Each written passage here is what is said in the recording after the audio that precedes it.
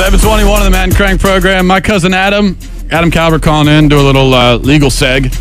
Adam, how you been, dude? Great. How you guys been? Not too bad.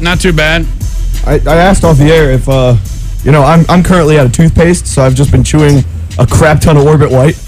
And you don't do the same now? If you're out of toothpaste and you forgot to buy some the night before? Well, no, because I think ever since I moved in with my girlfriend a few years ago, toothpaste is a requirement in the Calvert household. Chicks are like so, serious about that. They won't let you go even 3 days without brushing your teeth. It's so weird. What? But Orbit gum really does, this isn't an Orbit commercial, but I can say, I brush my teeth, not all that often, but I still have pretty white teeth. Yeah, so do I. Yeah, my teeth aren't yellow, are they? No. Yeah, and I brush my teeth once a month. So, it's crazy. The Orbit gum really works. Adam, what do you think, before we get to the legal stuff, what do you think about this? The lockout ended, football's back in action. You excited? I'm more excited for my fantasy teams. I usually make some pretty good money off fantasy football. Do you really? How much? How much exactly to the penny before taxes? Well, let's see. I guess last year I probably made about $1,500. $1,500? What? I've maybe made total. 15. I was going to say a total accrued amount of money that I've made in fantasy football, probably 15, but mostly I've just lost. I've definitely made negative 35 in the last 4 years. How do you do it? What's your strat? How are you so I don't get how people Dude, he's a lawyer. I've seen him do his fantasy drafts before, and he comes in with a notepad with about 30 pages of paper, and he's got everything ranked. But you've got some weird code you use. I tier my players, meaning at running back I'll take I think maybe the first the 5 best guys are, and they're tier 1, and then the next group of guys is tier 2, and then down on the line, and it helps drafting. Because so you cheat. Well, no, he doesn't cheat. It's like counting cards. He does research. If you want to be good, that's the thing about fantasy football. I think not Rain Man. Would you say that anyone can really be good at fantasy football, but you really have to dedicate yourself to it? Because that's my thing. I lose interest after 5 weeks, and then it's just over from that point on. Yeah, absolutely. I think with fantasy football, you have to be on top of picking up running backs, because running backs get hurt so much, and especially if you're dealing with Mike Shanahan or something like that. You never know who the running back's going to be week to week. Right. So if you're on top of that, you usually do pretty well. So you count cards in the fantasy league. You're a cheater. Well, you're not a cheater. You're frowned upon. No, that's not not at all. You don't. This comes from the guy who doesn't understand football at all. Yes, I'm a guru. All right. Well, look. Today, the Sixth Circuit Court is going to hear some interesting challenges to the federal government's regulatory power. It's an issue that's going to be going through the Sixth Circuit Court. It's going to have to do with the Family Smoking Prevention and Tobacco Act, which gives the Food and Drug Administration the power to regulate tobacco advertising. Tobacco companies claim that the law, which bans companies from sponsoring athletic, social, and cultural events or offering free samples, violates their free speech rights. The Tobacco Control Act has been a hot topic this year after U.S. regulators mandated that cigarette makers add graphic warning labels to their products depicting images such as a man exhaling smoke through a hole in his neck, which is photoshopped, by the way, which I also feel is false advertising on their little advertising end. Last year, Kentucky federal judge Joseph McKinley Jr. largely rejected the industry's free speech challenge to the federal law. Kinley Ames, an attorney for the tobacco companies, wrote in an appellate brief that the federal law doesn't serve any purpose other than to make it difficult for companies to sell cigarettes. Justice Department Attorney Alyssa B. Klein countered with a brief contending that the restrictions at issue are needed because of tobacco companies' track record in seeking out new customers, according to AP Tobacco Imagery. Quote, seeks to distract potential users from the fact that tobacco products are lethal and addictive. So here's my thing. After a decade and a half of making the public aware that inhaling things is bad, don't they have a right to kind of advertise their product, considering that basically the federal government's too weak to make the product illegal? So why can't the tobacco company advertise a positive image when the government just only wants to, advertise the negative image? Why don't they have any control over the advertising of their own product if it's a legal product?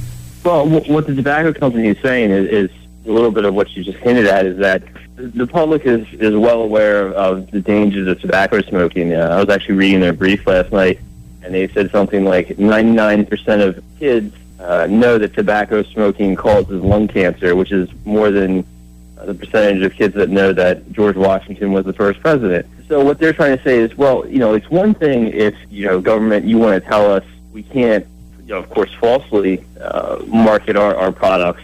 But it's another thing to say that we have to say on our own products, this is dangerous, this can kill you. They're saying this is our product. We can't be forced to advertise to the detriment of our own product. Well, I guess from my perspective, too, it's like, why don't we force all companies to have what I'd call literal advertising? If cigarette companies have to literally advertise the absolute negative effects, why aren't all products that are legal on the market, why don't they have to do the same thing? Why don't fruit roll-ups come with a fat kid with an inhaler in his hand? Like, why is it just the tobacco company that's getting held to the fire like this? Because fruit roll-ups don't come with emphysema. Yeah, or small lungs. Yeah, but there's a certain kind that does. Oh, the emphysema rolls.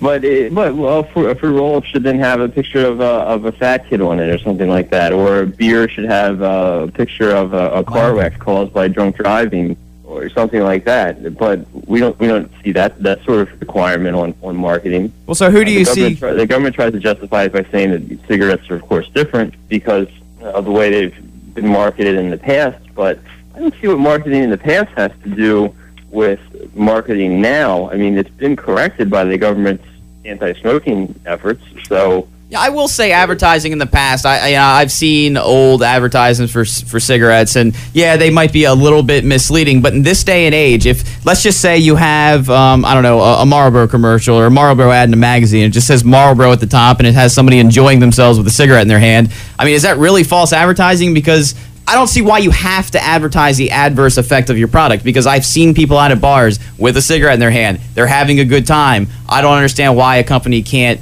depict that image and they have to put a guy with a hole in his neck. I don't understand why that's mandated. I don't understand why anything's really mandated against these guys. Like I said, considering the amount of information that's come out over the last 10 years. So who do you see coming out on top in this ruling that's going to be handed down today?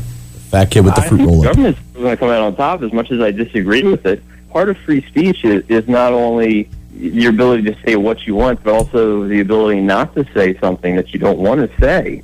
There are certain, of course, warnings that, a product, or, for instance, let's take prescription drugs. They have to have certain warnings about the side effects of them.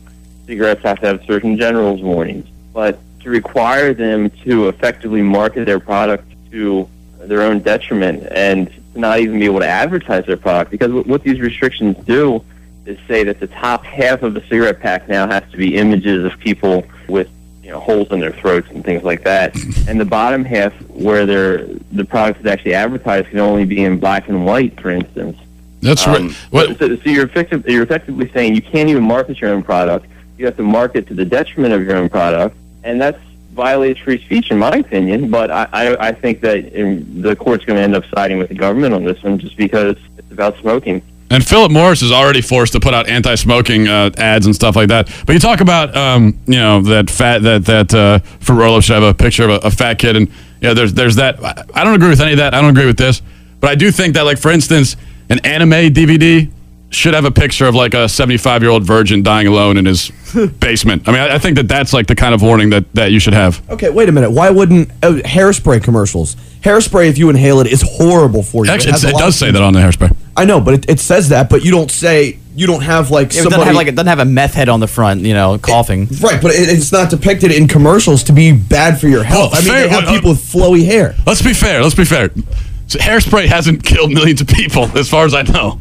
Unless there's lots of people spraying themselves with hairspray in very encased environments. Okay, it's the same thing with guns. I mean, guns are a big cause to crime and things like that, but they don't, and they have to advertise that. Like, guns kill people, guns are bad.